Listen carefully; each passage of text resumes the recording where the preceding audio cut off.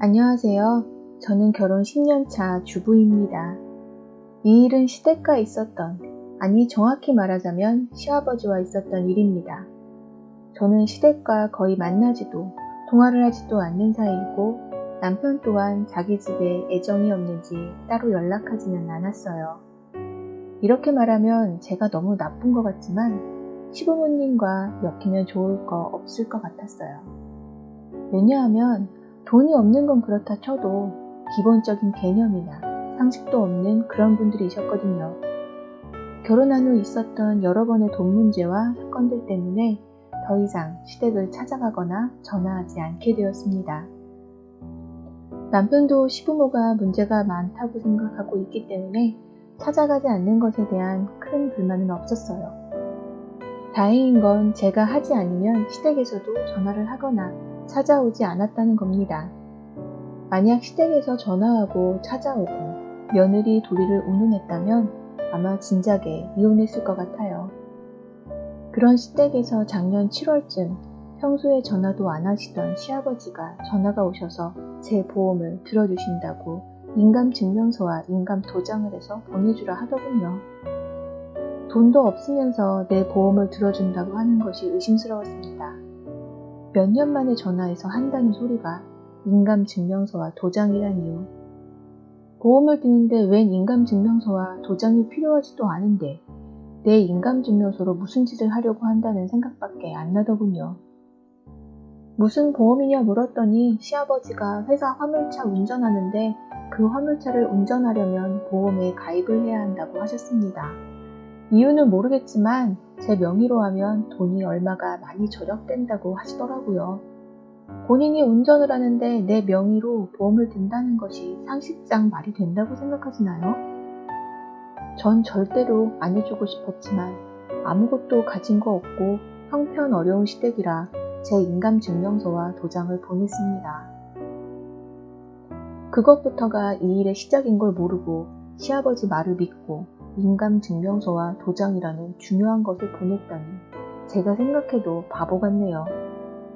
심지어 도장을 바로 받지도 않고 도장을 택배로 받기로 해서 나중에 시댁 가면 가져오려고 시댁에 그냥 두었어요.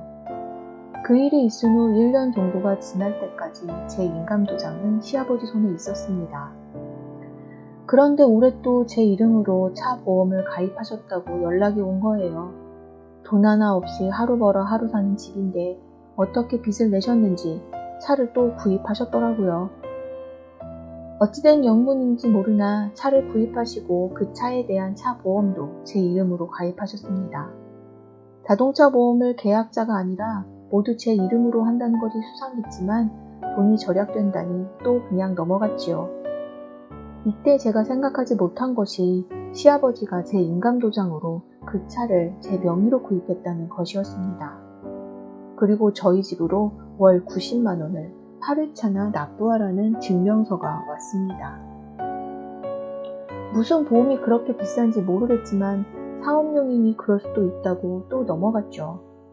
제 인감도장이 그 집으로 간 이후 이상하고 이해되지 않는 일들이 계속 일어났습니다.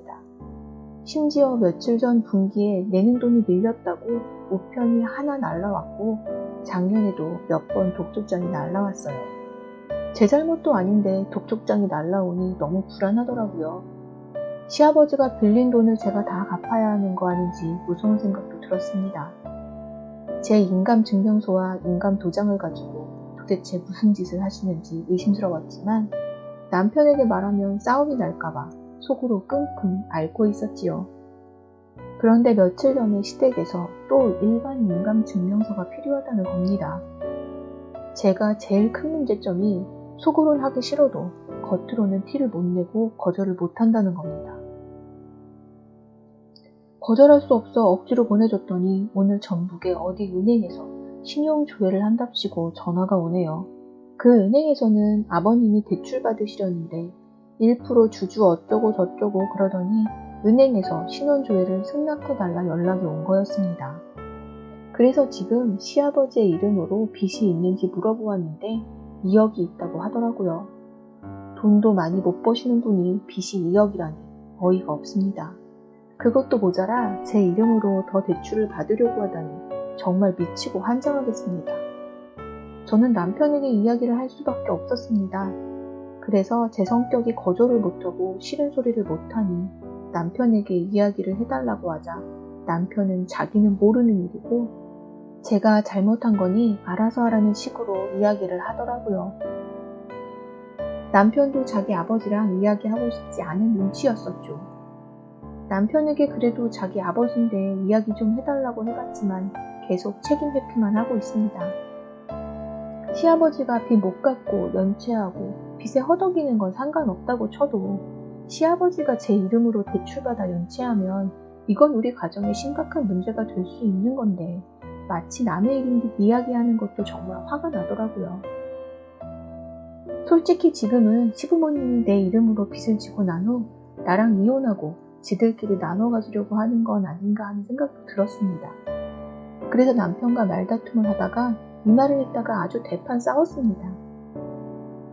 제가 오죽하면 그런 생각까지 하냐고 애원했지만 남편은 자기도 부모님들과 엮이고 싶지 않다고 하면서 방으로 들어가 버리더라고요. 이게 정말 남편으로서 하는 행동인가 싶은 생각이 드네요. 물론 딱 잘라 거절 못하는 저에게도 문제가 크다는 거 압니다. 지금 당장 도장을 가지고 온다고 해도 이미 저질러 버린 일들은 어떻게 해야 하는지, 그리고 문제를 해결하는 의지가 없는 남편은 어떻게 해야 하는지 정말 답답한 심정입니다.